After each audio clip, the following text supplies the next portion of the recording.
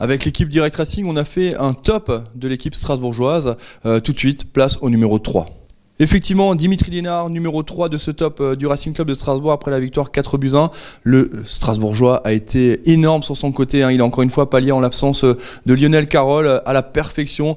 Derrière, devant, dans les centres, sur les coups de pied arrêtés, le corner notamment distribué sur Pablo Martinez sur le 4e but. Vraiment, Dimitri Liénard, c'est notre coup de cœur ce soir.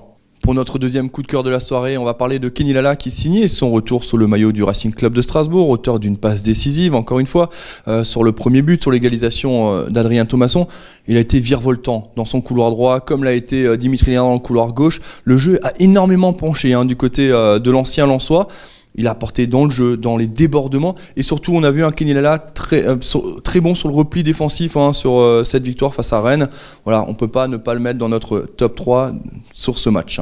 L'homme du match pour la rédaction de Direct Racing n'est autre que l'auteur du doublé, 2 buts face à Rennes, Jonas Martin, 2 buts inscrits sur penalty, sang-froid assuré. Le métronome alsacien a vraiment été au-dessus du lot sur le milieu de terrain, la récupération, dans l'organisation de jeu, c'est rapidement projeté, on le sait, sentinelle, box-to-box, il est capable vraiment de récupérer ce ballon très bas et de se projeter vers l'avant. Il est à la base de la construction de la plupart des occasions du Racing Club de Strasbourg, notamment sur l'égalisation. C'est lui qui va avoir cette vision de jeu qui va donner à Kenny Lala. Jonas Martin, c'est vraiment le monsieur plus que peut avoir Thierry Lauré.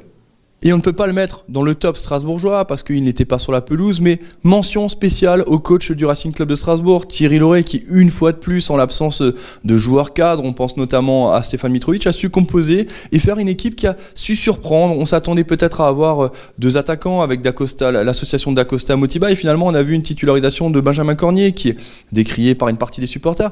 Vraiment, il a trouvé l'alchimie parfaite dans son équipe du Racing Club de Strasbourg et c'est ce qui fait que le Racing s'impose 4-1. Le but qu'encaisse le Racing, même s'il aurait pu faire très mal, n'est qu'anecdotique parce qu'il est tellement beau ce but, il aurait été difficile avec un autre gardien comme Matsels de ne pas l'encaisser. Vraiment, Thierry Lauré, coup de chapeau.